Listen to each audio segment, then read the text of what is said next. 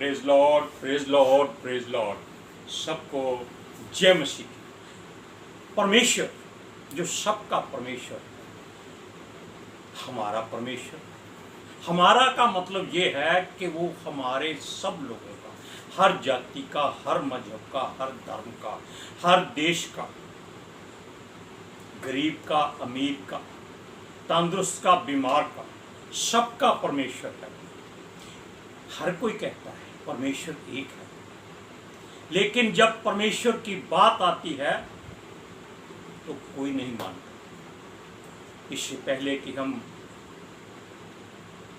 परमेश्वर के द्वारा दिया हुआ वचन बोलें, हम दुआ करते हैं। हे पिता परमेश्वर, खुदावंद खुदा,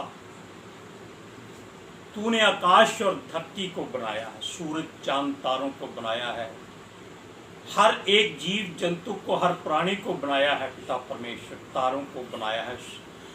तूने कुछ भी ऐसा नहीं छोड़ा जो मनुष्य के काम ना आ सके। पिता परमेश्वर खुदावंद, हम ये दुआ करते हैं कि जो भी आज के तेरे इस वचन को सुने समझे, मैं केवल सबके लिए नहीं, मसीह लोगों के लिए खास तौर पर कहता हूं कि वो परमेश्वर की बात को समझे, जाने और सबकी भलाई में काम करें। पिता परमेश्वर सबको अकल, समझ, बुद्धि और ज्ञान दे, ताकि तेरे वचनों का प्रकाश उन पर पड़े, तेरे चेहरे का प्रकाश उन पर पड़े और वो यीशु के पीछे चलने वाली भीड़ें बने। सबको जय मसीह की। सुनिए आज का वचन। आजकल हर जगह पर, हिंदुस्तान में और कहीं नहीं, केवल हिंदुस्तान में मसीह लोगों के विरोध में बातें हो रही। क्यों ना हो? क्योंकि यीशु के आने का समय हो रहा है और शैतान अपने लोगों को प्रबल कर रहा कि वो मसीह लोगों को भड़काएं, धमकाएं, मारें, पीटें, कुछ भी करें, इनके मनों को डरा दें, ताकि ये लोग यीशु को छोड़कर उसकी बातों में आ जाएं। क्या ऐसा हो सकता है? अगर यीशु का वचन जो जीवित है, अगर वो सच्चा है, तो जो मसीह भाई, बहन, बेटा, बेटी, बुजुर्ग, जो भी उसके वचन पर विश्वास करता है, परमेश्वर पर भरोसा करता है, वो कभी टलने वाला नहीं होता। क्योंकि परमेश्वर के वचन में जो लिखा गया है वो ऐसी सच्चाई है, जैसे आप रोज सूर्य को देखते हैं, वो कभी अस्त नहीं होता। कैसे? अगर वो इस हिस्से में रोशनी देता है तो परमेश्वर ने उसको रात के लिए दूसरी जगह पर भी रोशनी देने के लिए बनाया है। क्योंकि धरती गोल है और इसके चारों ओर परमेश्वर के बनाए हुए लोग बसे हुए हैं। अगर लोग नहीं हैं तो जंगल है, जीव जंतु हैं, सबके लिए वो बराबर काम करता है। हम आपको एक वचन पढ़कर सुनाते हैं। मत्ती की अंजील 16 अध्याय 10 अध्याय उसकी 16 और 17 आयत में पढ़िए। देखो, मैं तुम्हें भेड़ों के समान भेड़ियों के बीच में भेजता हूँ, इसलिए सांपों के समान बुद्धिमान और कबूतरों के समान भोले बनो। सुना आपने? यीशु मसीह के मुख से निकला वचन है कि संसार में वो अपने लोगों को क्यों भेजता है, ताकि उसके वचन की मुनादी की जाए। Hallelujah, praise Lord. और संसार कितना जालिम है ये आप सब जानते हैं। क्यों? क्योंकि उनका जो मुख्य कारण है, उनका जो ईश्वर है, वो केवल धन है, शारीरिक बल है, बड़े बड़े ओहदे हैं, रुतबा है, बड़ा बड़ा ज्ञान रखने वाले लोग हैं। संसारिक ज्ञान जिसको परमेश्वर नकार देता। यीशु मसीह कहता है कि ऐसे लोगों के बीच में वो उनको भेजता ताकि उसके वचन की मुनादी करे। और वो चाहता है कि आप सब लोग जो मसीह लोग हैं, जो परमेश्वर की ओर से लोगों के बीच में भेजे गए हैं, वो सांप की तरह अक्लमंद बने, चुस्त बन जाए, समझदार हो जाए। क्यों? सांप ऐसा जीव होता है जिसके कान नहीं होते, वो किसी की सुनता नहीं, केवल वो तब सुनता है जब आप धरती पर किसी चीज से खटखटाते हैं, तब उसकी आंखें उस तरफ देखती हैं और समझती हैं। वो अपनी जीभ से उसको सूंघ के पहचानता है कि ये भोजन है या नहीं है। उसको और कोई काम नहीं है भोजन करना, क्योंकि हर जीव जंतु को यही है। लेकिन साथ में उसने एक बात कही कि कबूतरों के समान भोले बन जाओ। एक कहावत चली आ रही थी लोगों के बीच में से कि जब बिल्ली आती है तो कबूतर अपनी आंखें बंद कर लेता। क्यों? वो समझता है उसको बिल्ली नहीं देख रही और बिल्ली आकर उसको खा जाती। कबूतरों के समान भोले बन जाओ, ये लोग तुमको मार डालें, कुछ भी कर डालें, उफ नहीं करो। हम इसके आगे फिर और वचन पढ़ते हैं। पढ़िए, 2 वचन और पढ़ो तो छड्या सूत्र। परंतु लोगों से सावधान रहो, क्योंकि वह तुम्हें महासभाओं में सौंपेंगे और अपनी पंचायतों में तुम्हें कोड़े मारेंगे। तुम मेरे लिए हाकिमों और राजाओं के सामने उन पर और अन्य जातियों पर गवाह होने के लिए पहुंचाई जाओगे। जब वह तुम्हें पकड़वाएंगे तो ये चिंता ना करना कि हम किस रीति से या क्या कहेंगे, क्योंकि जो कुछ तुमको कहना होगा वह उसी घड़ी तुम्हें बता दिया जाएगा। क्योंकि बोलने वाले तुम नहीं हो, परंतु तुम्हारे पिता का आत्मा तुम में बोलता है। आपने सुना, फिर पढ़कर सुनाते हैं। केवल 2 वचन पढ़ो अगले। हाँ, 17, 18, 19।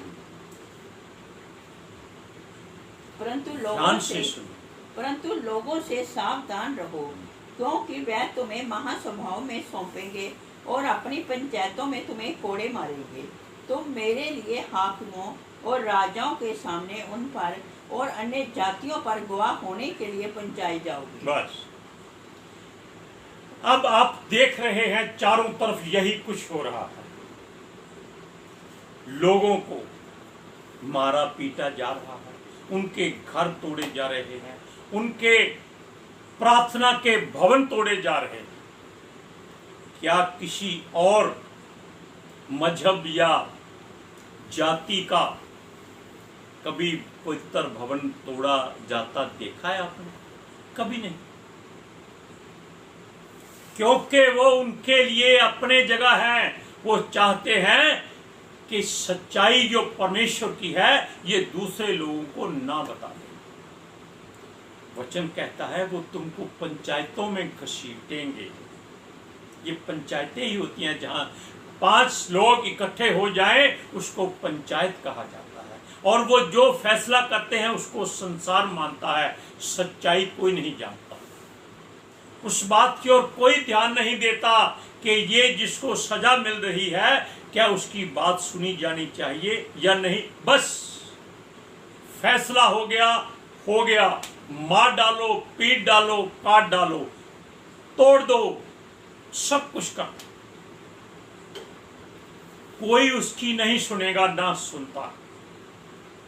वो कहता है कि तुमको अदालतों में ले जाएंगे, अधिकारियों के आगे सौंपेंगे। किसके ऊपर केस नहीं चलता। जो भी सच बोलेगा, चाहे वो किसी भी धर्म को मानता हो, अगर लोगों को पसंद नहीं आता तो वो लोग उस पर कई कई झूठे इल्जाम लगाते थे।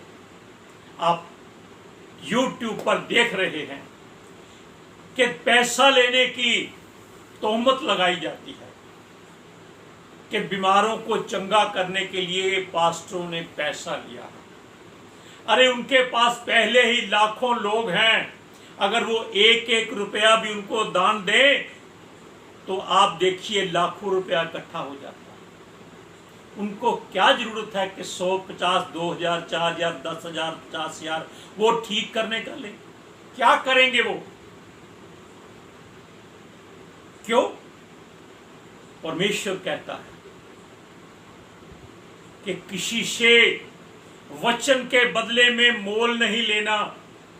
तुमको मुफ्त में वचन मिला है, मुफ्त में देना।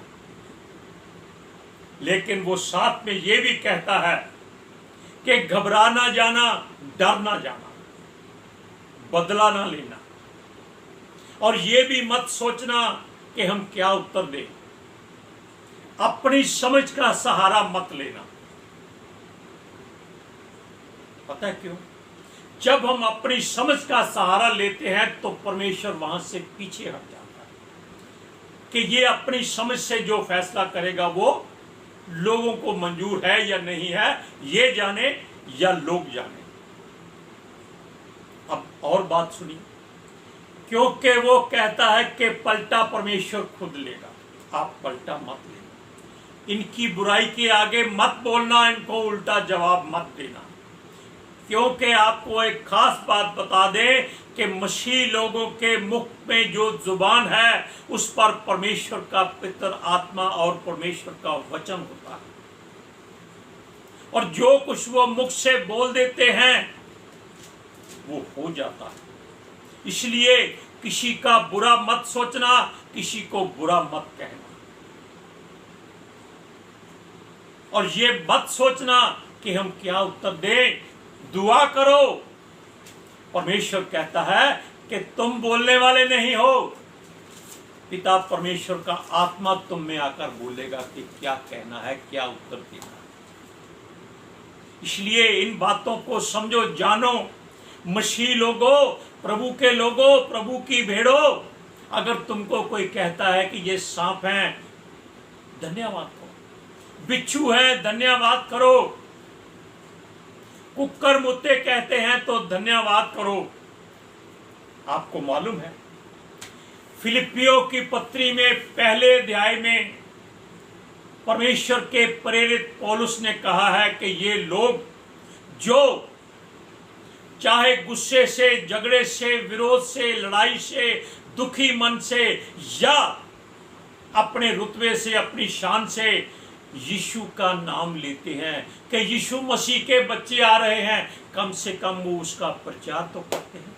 अरे धन्यवाद दो इन लोगों को कि ये तुम्हारा प्रचार पूरे संसार में फैला रहे हैं, बिना लालच, बिना लोभ, बिना किसी ज्ञान के ये यीशु मसीह का प्रचार करते हैं। हम आगे आपको वचन सुनाते हैं।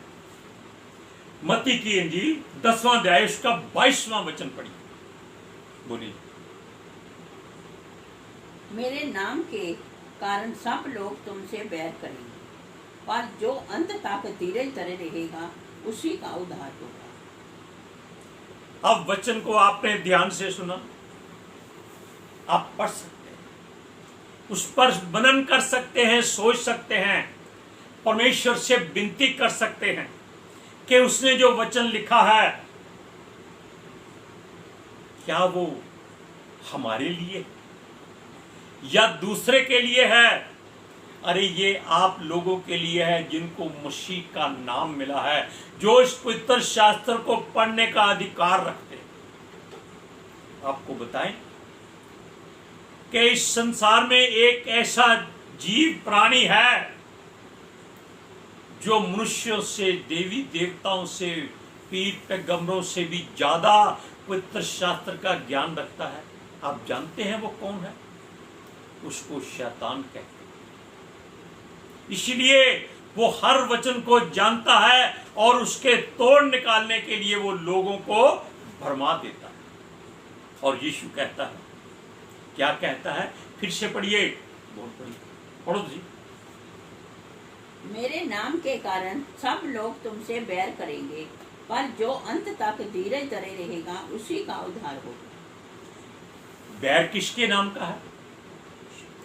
यीशु के नाम का। लोग कहते हैं कि वो हमारा प्रभु नहीं है, हमारे मुल्क का प्रभु नहीं, जबकि हिंदुस्तान का नाम हमारे पवित्र शास्त्र में 2 बार लिखा गया। यानी कि परमेश्वर ने अपने बेटे के द्वारा हिंदुस्तान को चुना हुआ है पहले ही, इसलिए इन लोगों पर मुश्किलें आएंगी और यीशु के नाम से आएंगी। ये यीशु के मुख से निकला वचन, और यहोवा का वचन कहता है कि जो उसके मुख से वचन निकल जाता है वो कभी व्यर्थ वापस नहीं लौटता। जिस काम के लिए उसको भेजा जाता है वो उसको पूरा करता है। कैसे? जैसे मेघ बरसता है, ओले गिरते हैं, उससे क्या होता है?